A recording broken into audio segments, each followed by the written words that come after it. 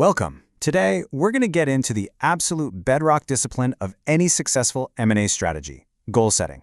We're going to break down why a rigorously defined strategic mandate isn't just some preliminary checkbox. No, it's the core operating system that dictates every dollar you allocate, every move you make, and ultimately how you measure whether you created any value at all. You know, this quote right here really nails the primary source of value destruction in M&A. And here's the thing, this failure doesn't start in the middle of due diligence or during a messy integration. It starts at the very beginning of the deal, rooted in flawed assumptions and, frankly, a lack of strategic clarity. The financial fallout from this one misstep can be, and often is, catastrophic.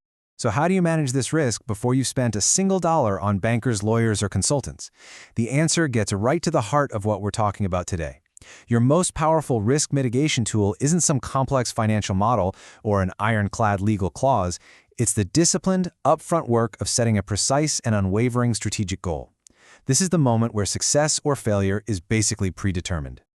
All right, our framework for this session is broken down into 4 parts. We'll kick off with how you actually formulate a strategic mandate. Then we'll look at how that mandate dictates the entire deal execution.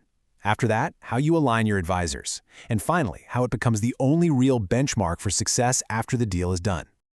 Okay, let's dive into the most critical transformation in the entire M&A process. This is where we turn a general corporate ambition into a specific board-sanctioned strategic directive. This right here is the foundation that the entire transaction has to be built on. Let's be really clear about the distinction here. A vague objective is not the same as a precise mandate. Growth is an ambition, it's not a strategy. A strategic mandate, on the other hand, is something you can actually act on. For a buyer, that means acquiring a specific AI technology or securing a 15% market share in a new country.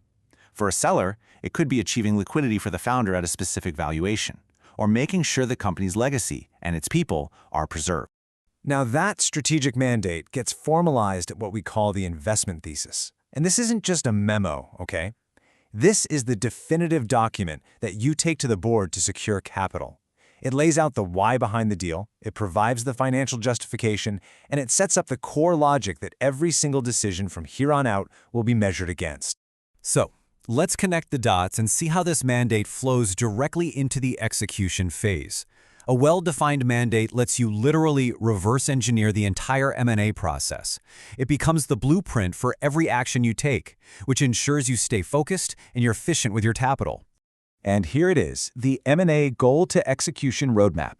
The mandate is Step 1, your North Star, and it directly informs Step 2, your screening filter.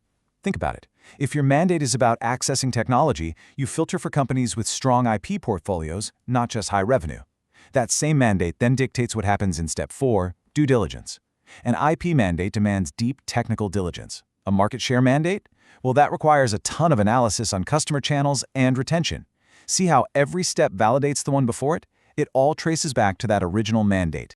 A clear mandate also has a crucial external function. It acts as the commander's intent for your entire ecosystem of outside advisors.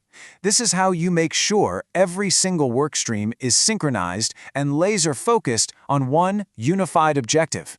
This hub-and-spoke model is all about capital efficiency. When the strategic mandate is the central hub, your investment bankers aren't just chasing any old deal structure. They're building one that fits the mandate's pricing logic. Your lawyers aren't boiling the ocean in due diligence. They are surgically targeting the risks that are actually relevant to your mandate. Every advisor and every dollar you spend on them is perfectly aligned with that primary objective. No waste. And that brings us to the final, and I'd argue most overlooked function of the strategic mandate. It's the only objective tool you have for measuring the true, long-term success of a deal, long after the champagne has gone flat. You can't judge the success of an acquisition at the closing dinner. That's just celebrating the spend.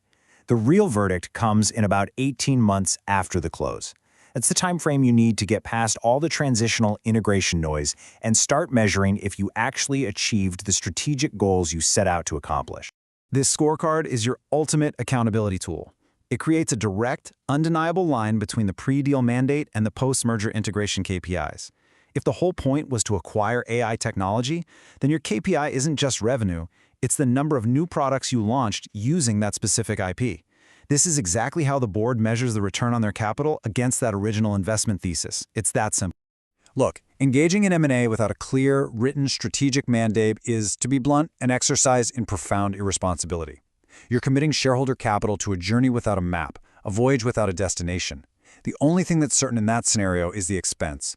So the fundamental question you have to ask before your next transaction isn't just, do the numbers work? It's, is the strategy sound? Are you moving forward with a disciplined, board-approved strategic mandate, or are you just operating on a financial hypothesis? The answer to that question will absolutely define the outcome.